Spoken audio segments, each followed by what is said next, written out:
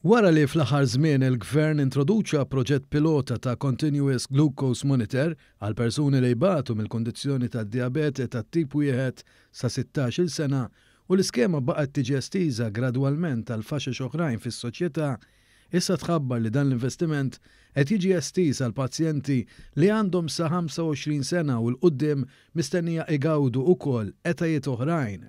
F'konferenza mill-Ministeru għas-Saħħa tħabbar li pajjiżna għandu rata għolja ta' persuni li jbatu mid-diabete, l-aktar komuni dik tat-tip 2 li tiġi kurata b'sempliċi pilloli. Minkejja dan min ibati mid-diabete tat-tip 1 li ħafna drabi jibda mit-twelid jew sa minn meta jkun tfal ikunu jeħtieġu kura anke b'injezzjoni.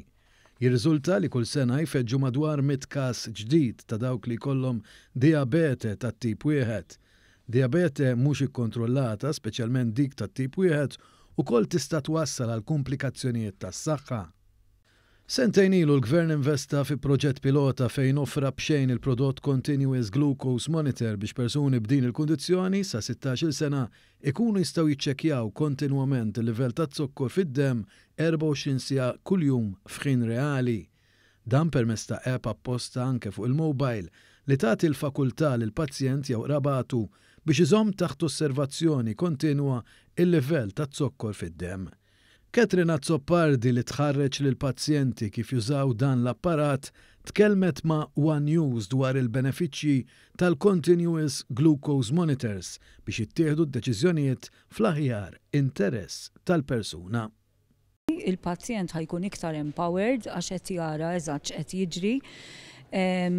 Qed jiġri meta il-pazjent jiekol kemm qed jitla zokkor, meta jieħu l-insulina kemm qed jinżel, x'qed jiġri waqt li qed jagħmel eżerċizzju, waqt il-ħinijiet tal-iskola jew tax-xogħol.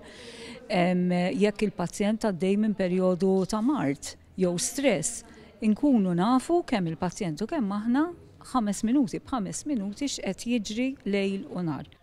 Tlabna lid-Deputat Prim Ministru Fern biex jimraħ aktar fuq il-fatt li issa il-Gvern ħass il-ħtieġa li jolli l-età u se jkompli jollija gradwalment għal dawk bid-diabete tat-tip 1. Ħanna konna mudwar sentejn ilu bdejna bħala proġett pilota nagħtu daw il-monitors lil-tfal u żgħażagħ sa 16-il sena. Kienet suċċess, iż-żgħażagħ u l-ġenituri tagħhom ridu għal tkompli komplejnija.